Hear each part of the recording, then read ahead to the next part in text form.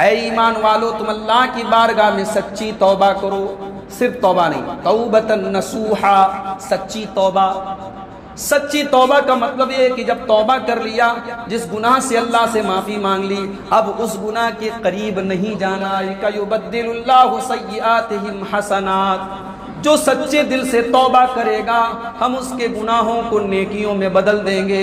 وَكَانَ اللَّهُ غَفُورًا رَحِيمًا، اور اللہ تبارک و تعالیٰ تو گناہوں کو معاف کرنے والا، رحم کرنے والا. قَنَّهُم مِّنَ الْعَذَابِ الْأَدْنَىٰ دُونَ الْعَذَابِ الْأَكْبَرِ لَعَلَّهُمْ يَرْجِعُونَ.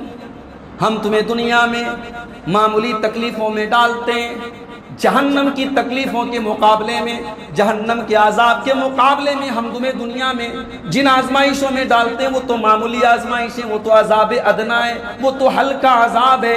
ہم تمہیں ہلکے عذاب کا مزہ چکھاتے ہیں اس لیے تاکہ تم اللہ کی بارگاہ میں رجوع کر لو، تم اللہ سے معافی مانگ لو. تو جب تک ہم توبہ نہیں کریں گے، اللہ سے معافی نہیں مانگیں گے، اللہ کی بارگاہ میں گڑ گڑائیں گے نہیں، یہ وائرس، یہ بیماریاں میرے بھائیوں ختم ہونے والی نہیں.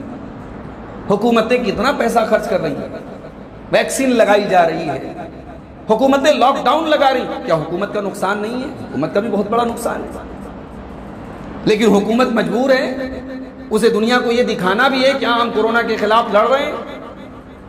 حالانکہ سچ پوچھو تو دل کے بہلانے کو غالب یہ خیال اچھا ہے، رات میں کرفیو لگانے سے کون سا کورونا بھاگ جائے گا بھائی.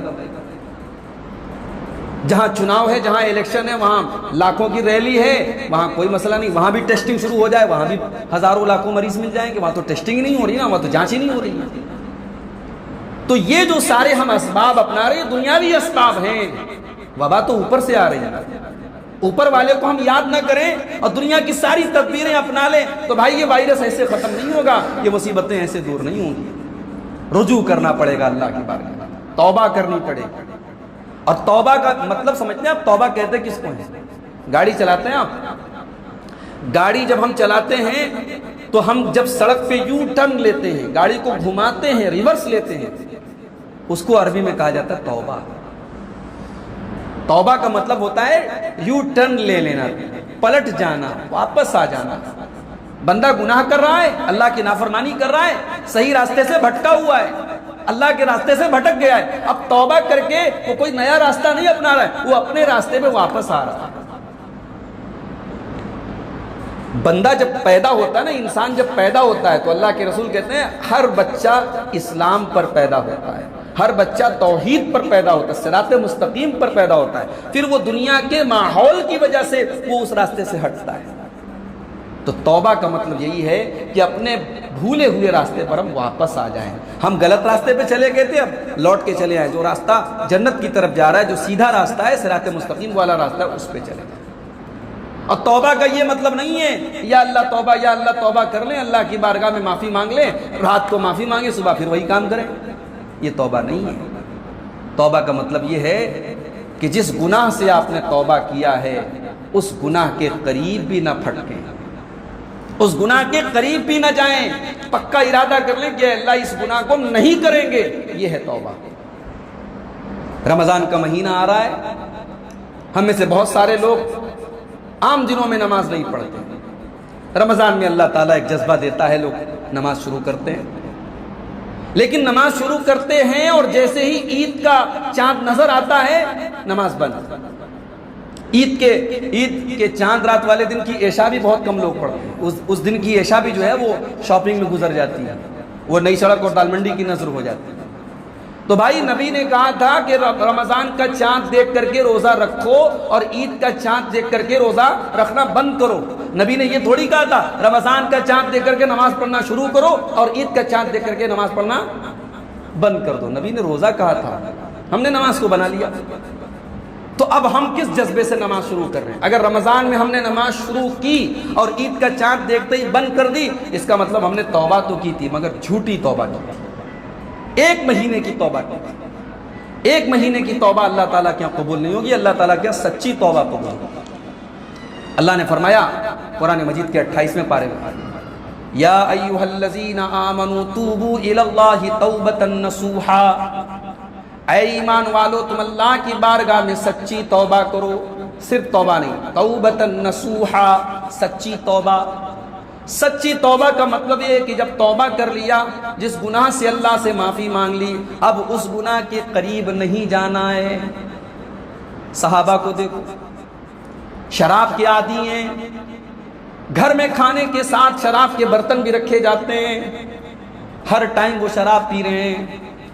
مگر جب سورہ مائدہ کی آیت کریمہ نازل ہوگی اور اللہ تعالیٰ نے اعلان کر دیا کہ شراب حرام ہے، یا ایھا الذین آمنوا انما الخمر والمیسر والانصاب والازلام رجس من عمل الشیطان، اے ایمان والو، یہ شراب، یہ جوا، یہ پانسے کے جو تم تیر چلا کر کے اپنی قسمت کا حال معلوم کرتے ہو، اور جو تم غیر اللہ کے آستانے بنا کے بیٹھے ہو، جہاں تم غیر اللہ کے نام پہ جانور ذبح کرتے ہو، جہاں پہ تم غیر اللہ کے نام پہ سر جھکاتے ہو، یہ ساری کی ساری چیزیں رجسن، یہ گندی چیزیں ہیں، من عمل الشیطان، یہ شیطان کے کام ہیں، فاجتنبوہ، تم ان سے بچو، لعلکم تفلحون، تبھی تم کامیاب ہو جاؤ گے۔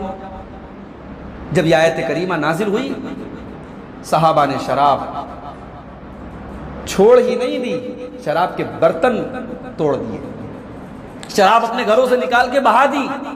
بعض صحابہ تو ایسے بھی تھے جو شراب کا بزنس کرتے تھے۔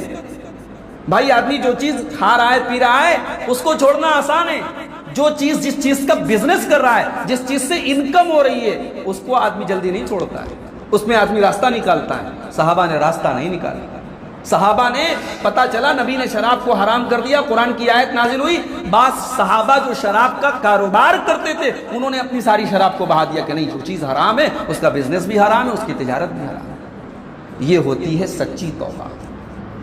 اور جب سچی توبہ کا جذبہ دل میں پیدا ہو جائے میرے بھائی، تب انسان دنیا کی سزا سے نہیں اللہ کی سزا سے ڈرتا ہے۔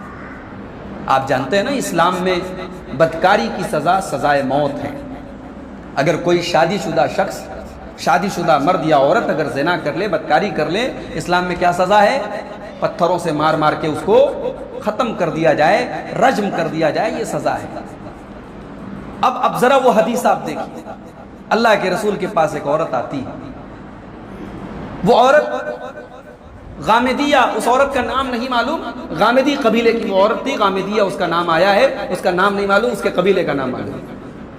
وہ آ کر کے اللہ کے رسول سے کہتی ہے کہ یا رسول اللہ، میں نے زنا کر لیا ہے، بدکاری کر لیا ہے، طہرنی، مجھے سزا دے دیجئے، مجھے پاک کر دیجئے۔ سمجھ رہے ہیں آپ؟ عورت آ کر کے سزائے موت مانگ رہی ہے نبی سے۔ اللہ کے نبی نے پہلے تو ٹالنے کی کوشش کی کہ جاؤ تم یہ کیا بک رہی ہو۔ اس نے کہا نہیں ہے اللہ کے رسول، میں نے غلط کام کیا ہے اور میں حمل سے بھی ہوں، میں بدکاری کی وجہ سے میں حمل سے ہوں، مجھے سزا دے گا۔ اللہ کے رسول نے فرمایا ایک کام کرو، جب تم بچے کی ولادت ہو جائے تب تم میرے پاس۔ اللہ کے نبی نے بھیج دیا اس کو، 9 مہینے کا وقت اس عورت کو مل گیا۔ بھائی بھاگنا چاہتی بھاگ جاتی، نبی نام بھول چکے ہیں، صحابہ نام بھول چکے ہیں، کسی کو نام بھی نہیں معلوم اس کا۔ وہ آج کے دور کا کوئی ترقی، آج کے زمانے کی طرح کوئی ترقی یافتہ دور تھوڑی ہے کہ کسی کا آئی ڈی پروف لے کر رکھ لیا جائے، کسی کی پہچان لے کر رکھ لی جائے۔ عورت آئی تھی، نبی بھول گئے، صحابہ بھول گئے۔ 9 مہینے کے بعد جب بچے کی ولادت ہوتی ہے، وہ عورت اپنے بچے کو لے کر کے آتی ہے اور پھر وہی جملہ دہراتی ہے کہ اے اللہ کے رسول، طہرنی، مجھے پاک کر دیجیے، مجھے سزا دے دیجیے، مجھے، میں نے جو گناہ کیا ہے وہ گناہ مجھے اندر سے کاٹ رہا ہے، مجھے ڈس رہا ہے، میں دنیا کی سزا جھیلنے کو تیار ہوں، میں اللہ کی سزا جھیلنے کو تیار ہوں۔ اللہ کے رسول نے فرمایا یہ معصوم بچہ ہے، ماں کے بغیر نہیں رہ سکتا، ماں کا دودھ اس کی غذا ہے، جاؤ جب یہ بچہ روٹی کھانے لگے تب تم میرے پاس۔ آپ جانتے ہیں دودھ چھوڑانے کی عمر اسلام میں بچے کی 2 سال ہے۔ نبی نے 2 سال کا ٹائم اس عورت کو اور دے دیا کہ جا تو بھاگنا چاہتی ہے تو بھاگ جا۔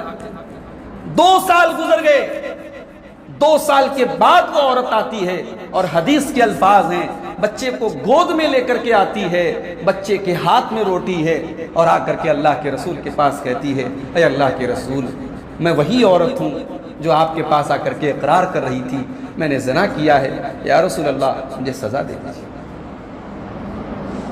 اب اللہ کے نبی نے بچے کو کسی مسلمان کے حوالے کیا، زمین میں گڈھا کھودا گیا، اس عورت کو گڈھے میں ڈالا گیا اور پھر پتھروں سے مار کر کے صحابہ کرام اسے سزا دینے لگے.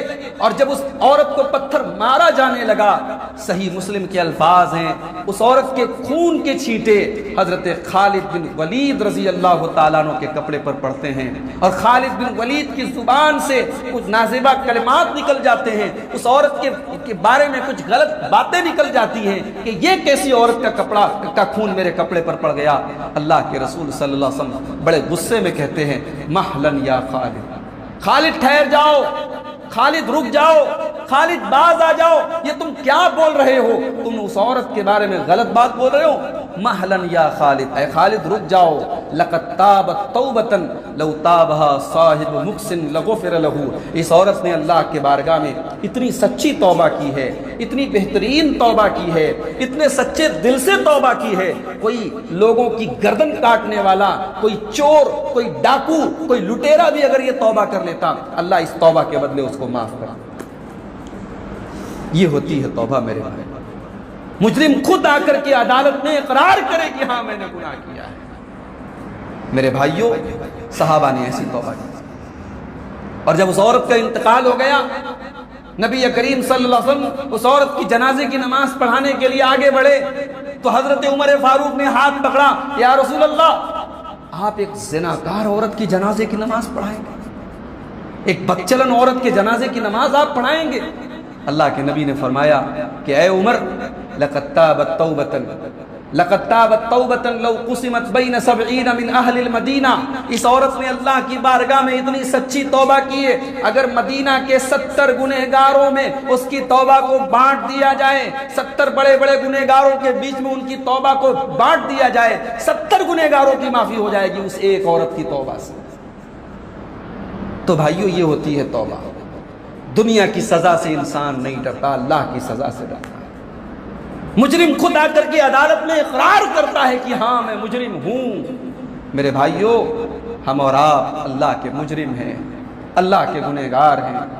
دن رات ہم اللہ کی نافرمانی کرتے ہیں، اور ہمیں یہ بات یاد رکھنی چاہیے، اللہ سے بھاگ کے ہم کہیں نہیں جا سکتے.